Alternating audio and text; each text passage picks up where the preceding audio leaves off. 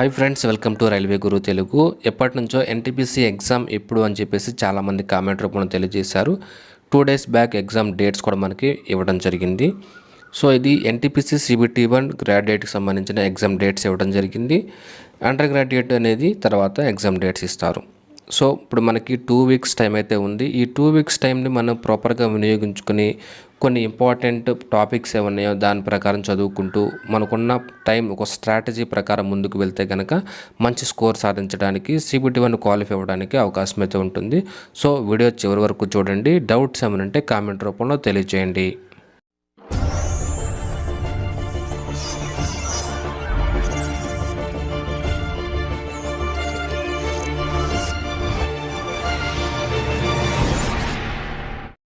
ఇక్కడ ఒక పాయింట్ మీరు గమనించినట్లయితే CBT1 సిలబస్ అలాగే CBT2 సిలబస్ కూడా సేమ్ ఉంటుంది. అలాగే గ్రాడ్యుయేట్కి అండర్ గ్రాడ్యుయేట్ సిలబస్ కూడా సేమ్ ఉంది.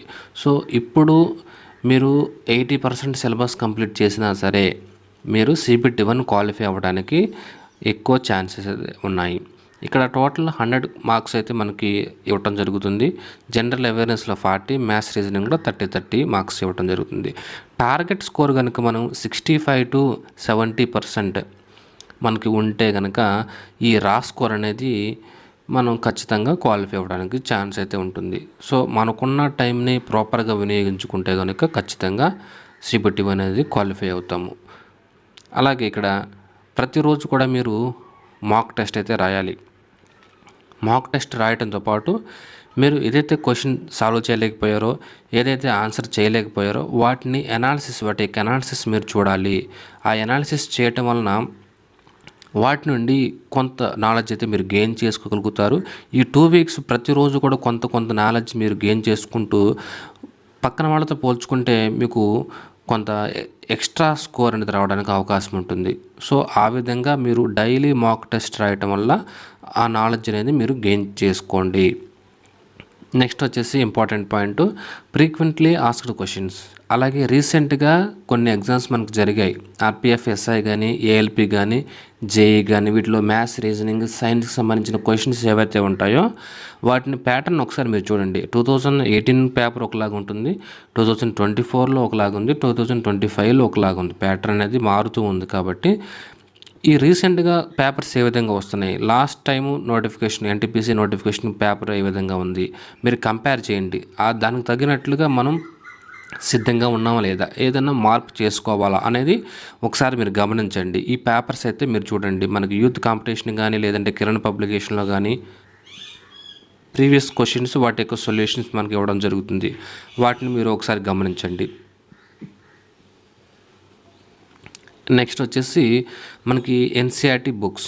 ఇక్కడ కనుక మనం చూసినట్లయితే physics, chemistry, biology NCERT books. ఇక్కడ సైన్స్ నుండి ఒక 10 మార్క్స్ మనకి రావడానికి ఛాన్స్ అయితే ఉంది. ఈ 10 క్వశ్చన్స్ కూడా మనకి NCERT బుక్స్ నుండి 80 to 90% క్వశ్చన్స్ మనకి NCERT బుక్స్ నుండే ఇస్తారు. ఫిజిక్స్ కానీ, కెమిస్ట్రీ కానీ, బయాలజీ కానీ NCERT బుక్స్ నుండే మెయిన్గా మనకి ఇవ్వటం జరుగుతుంది. కాబట్టి వీటిని ఇప్పటికే మీరు చదివి ఉంటే కనుక వాటిని రివిజన్ చేయటం చాలా కష్టమేం కాదు. ఈజీగా మీరు రివైజ్ చేసుకోగలుగుతారు. ఒక రోజు కానీ 2 డేస్లో కానీ మీరు ఒక 7th, 8th, 9th, 10th ఈ బుక్స్ మీరు రివైజ్ చేస్తే కనుక మంచి స్కోర్ రావడానికి అవకాశం ఉంటుంది.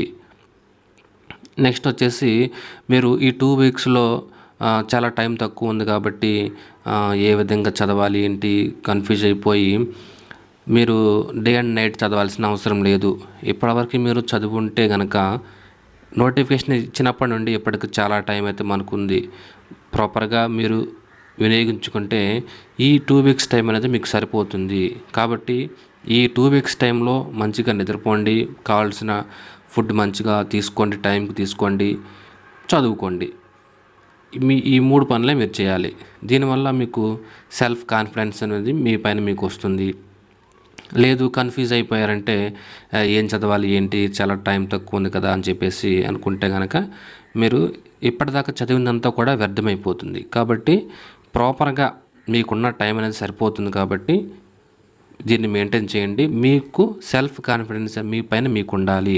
మిమ్మల్ని మీరు మోటివేట్ చేసుకోండి. ఎలాగైనా నేను మంచి స్కోర్ సాధిస్తాను, CBT 1 నేను క్వాలిఫై అవుతాను, CBT 2కి వెళ్తానని చెప్పేసి మిమ్మల్ని మీరు మోటివేట్ చేసుకోండి. అర్థమైందా? నెక్స్ట్ వచ్చేసి ఇంపార్టెంట్ టాపిక్స్. మ్యాథ్స్లో కనుక మనం చూసుకుంటే LCM, HCF, time and work, time and distance, averages, percentages, DI, simplifications. వీటిపైన మీరు నెంబర్ ఆఫ్ ప్రాబ్లమ్స్ ఎక్కువగా చేయండి. షార్ట్ కట్స్ నేర్చుకోండి. ఆ తర్వాత ఇటువైపు రైట్ హ్యాండ్ సైడ్లో మనకి profit and loss, heights and distance. ఈ హైట్స్ అండ్ డిస్టెన్స్ కూడా మనకి ఈజీగా ఉంటాయి. ఒక క్వశ్చన్ అయితే రావడానికి అవకాశం ఉంటుంది. Simple interest, compound interest, trigonometry, mensuration, geometry, తర్వాత స్టాటిస్టిక్స్లో కొన్ని ఫార్ములాస్ ఉన్నాయి. ఆ ఫార్ములాస్ ప్రీవియస్గా అడిగిన క్వశ్చన్స్ ఏ విధంగా అడుగుతున్నారు, వాటి వరకు మీరు నేర్చుకున్నా కానీ ఒక మార్క్ అయితే రావడానికి అవకాశం ఉంటుంది. ఫస్ట్ ప్రయారిటీ లెఫ్ట్ సైడ్లో ఇచ్చిన టాపిక్స్కి మీరు ఇవ్వండి. సెకండ్ ప్రయారిటీ రైట్ సైడ్లో ఇచ్చిన టాపిక్స్ అయితే ఇవ్వండి.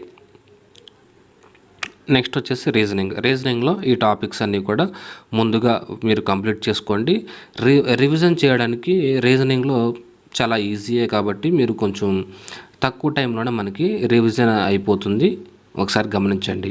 నెక్స్ట్ వచ్చేసి జనరల్ అవేర్నెస్లో హిస్టరీ వస్తే కనుక ancient, medieval history, modern history.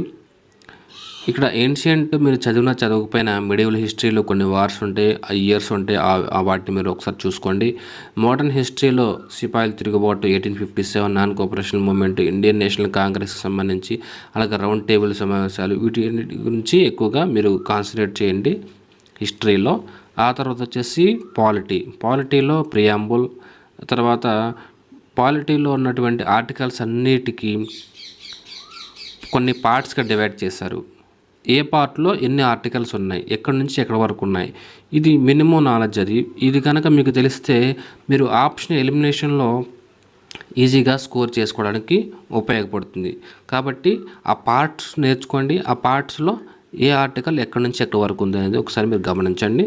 ఆ తర్వాత వచ్చేసి సిటిజన్షిప్, అందులో ఉన్న ఆర్టికల్స్, అలాగే fundamental rights, directive principles of state policy, వీటిలో ఉన్న ఆర్టికల్స్ మినిమం మీరు అన్నీ నేర్చుకుంటే కనుక ఆప్షన్లో ఎలిమినేట్ చేయడానికి అవకాశం ఉంటుంది. నెక్స్ట్ వచ్చేసి సుప్రీంకోర్టు, హైకోర్టులు, అందులో ఉన్న ఆర్టికల్స్, అలాగే ప్రెసిడెంట్, గవర్నర్, వీటికి సంబంధించి మీరు ముందుగా తెలుసుకోండి. తర్వాత మీరు చదవకపోయినా పర్వాలేదు. ఇంతవరకు కనుక మీరు చదివితే పాలిటీలో వచ్చే క్వశ్చన్స్ ఒక 75 to 80% మీరు ఆన్సర్ చేయగలుగుతారు. నెక్స్ట్ వచ్చేసి ఎకానమీ మీరు చదవకపోయినా పర్వాలేదు, ఎలిమినేట్ చేసుకున్నా పర్వాలేదు.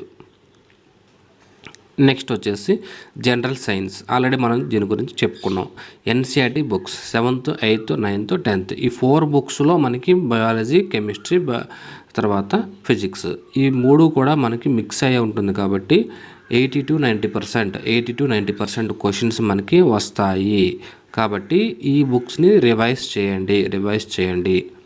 కంప్యూటర్స్లో మనకి 1 లేదా 2 క్వశ్చన్స్ వస్తాయి. దానికోసం పెద్ద బుక్ తీసుకుని, కంప్యూటర్ బుక్ తీసుకుని మీరు చదువుతూ ఉంటే మీకు టైం అనేది సరిపోదు. మీరు కంప్యూటర్ మీద చదవకపోయినా పర్వాలేదు, దాన్ని కూడా మీరు ఎలిమినేట్ చేసేయచ్చు. నెక్స్ట్ వచ్చేసి జనరల్ నాలెడ్జ్లో static GK, current affairs. Static జీకేలో మనకి important days, country, capital, currency నేర్చుకోండి. తర్వాత బుక్స్, ఆదర్స్, అలాగే నేషనల్ పార్క్స్, వాటికి సంబంధించిన కొన్ని ట్రిక్స్ ఉంటాయి మనకి. మీరు మరి ఆ ట్రిక్స్ గుర్తుపెట్టుకుని చదివితే కనుక ఈజీగా గుర్తుంటుంది. Wild life sanctuaries, festivals, state వైజ్గా ఫెస్టివల్స్ ఉంటాయి. ఇంపార్టెంట్ వరల్డ్ ఆర్గనైజేషన్స్ ఉంటాయి, వాటి గురించి, వాటి యొక్క హెడ్ క్వార్టర్స్, ఎప్పుడు వాటిని స్థాపించారు, వాటి గురించి ఆ డేట్స్ మీరు ఒకసారి చూడండి. ఆ తర్వాత వచ్చేసి కరెంట్ అఫైర్స్ మనకి 10 మార్క్స్ రావడానికి ఛాన్స్ ఉంది. 10 మార్క్స్ కరెంట్ అఫైర్స్ నుండి 10 మార్క్స్ రావడానికి ఛాన్స్ ఉంది. మనకి ఒక 1 year కరెంట్ అఫైర్స్ మీరు చదివితే బాగుంటుంది. 6 months to 1 year current affairs మీరు చదవాలి. ప్రతిరోజు కూడా ఒక్కొక్క నెల కరెంట్ అఫైర్స్ మీరు చదువుకోండి. వాటిలో కూడా కొన్ని every month awards, index, ranking, appointments, books and others, sports, military exercises, ప్రతి నెల ఇవన్నీ ఒకసారి మీరు చూడండి. ఆ విధంగా ఒక్కొక్క రోజు, ఒక్కొక్క నెల ఇంపార్టెంట్ టాపిక్స్ ఇవి. వీటిని మీరు ఒకసారి చూస్తే కనుక ఒక 10 మార్క్స్లో 6 to 7 మార్క్స్ మనకి రావడానికి అవకాశం అయితే ఉంటుంది. ఈ విధంగా మీరు మీ యొక్క టైం వినియోగించుకోండి. అలాగే టైం మేనేజ్మెంట్ కనుక చూస్తే ఈ సిలబస్ ఇంపార్టెంట్ టాపిక్స్ అని మనం చూసాము. జనరల్ అవేర్నెస్ కానీ, మ్యాథ్స్ కానీ, రీజనింగ్ కానీ, అలాగే మాక్ టెస్ట్, ఇవన్నీ కవర్ అయ్యే విధంగా మీకు ఉదయం నుంచి సాయంత్రం వరకు మీకు టైం ఉంటుంది. ఈ టైంలో ఈ ఇంపార్టెంట్ టాపిక్స్లో మీరు ఎంతసేపు చదువుతారనేది మీ ఇష్టం. ఇవన్నీ కవర్ అయ్యే విధంగా మీ యొక్క టైం టేబుల్ అనేది వేసుకోండి. దాని ప్రకారం ఫాలో అయితే కనుక CBT 1 అనేది ఈజీగా మీరు క్వాలిఫై అవుతారు. మంచి స్కోర్ అయితే రావడానికి అవకాశం ఉంటుంది. కాబట్టి ఈ విధంగా చేస్తే మంచి స్కోర్ అయితే వస్తుంది. డౌట్స్ ఏమైనా కామెంట్ రూపంలో తెలియచేయండి. Thank you friends. వీడియో నచ్చితే లైక్ చేయండి.